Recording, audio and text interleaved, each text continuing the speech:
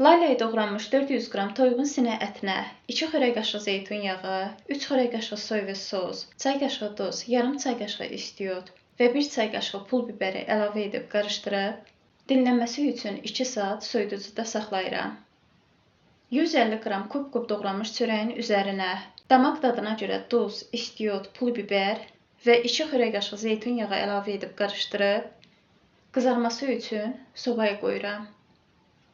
Əti zeytun yağında qızardıram. Hazırlayacağım qaba 200 qram doğranmış çahını, qızardılmış çörəyi, 400 qram çeri pomidoru və qızardılmış əti əlavə edirəm. Soyuq olmalıdır. Üzərinə hazırladığım sosu əlavə edib qarışdırıb, sunum edəcəyim qaba yığıram. Sonda isə üzərinə 4 ədəd doğranmış yumurta və 50 qram sürkəzdən keçirilmiş Holland pendiri əlavə edirəm.